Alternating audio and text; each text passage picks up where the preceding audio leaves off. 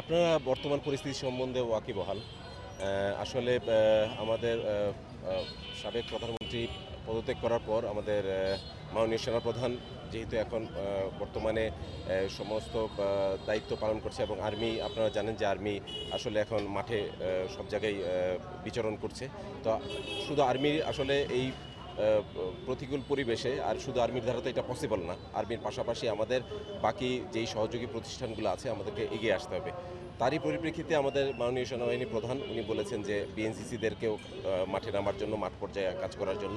তো তারই প্রেক্ষিতে আমরা আসলে বিএনসিসিরা ৮ তারিখ থেকে অফিসিয়ালি আমরা আসলে বিভিন্ন জায়গায় রাস্তাঘাট, ট্রাফিক এবং বিভিন্ন এলাকার ময়লা আবর্জনা পরিষ্কার পরিচ্ছন্নতার কাজে নিয়োজিত আছি।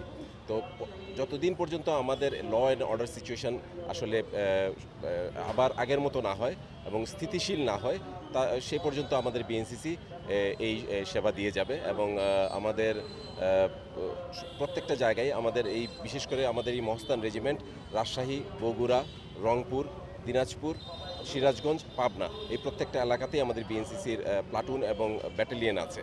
তো ব্যাটালিয়নের যত ক্যাডেট আছে, যত ছাত্র আছে প্রত্যেকেই তার নিজ নিজ কর্মস্থলে নিজ নিজ স্থানে এই কাজগুলো পরিচালনা করছে এবং তারা তাদের আসলে স্বতঃস্ফূর্ততার সহিতই এই কাজগুলো করছে এবং আমরা শুধু তাদের পিছনেই আছি। বাট তাদেরকে যত ধরনের সহযোগিতা দরকার ওইটা আমরা দিয়ে যাচ্ছি এবং মেইনলি আমাদের সাথে আরও প্রতিষ্ঠানের যারা প্রফেসর আন্ডার অফিসার আছেন ওনারাও আমাদেরকে সেই সহযোগিতাটা করছেন।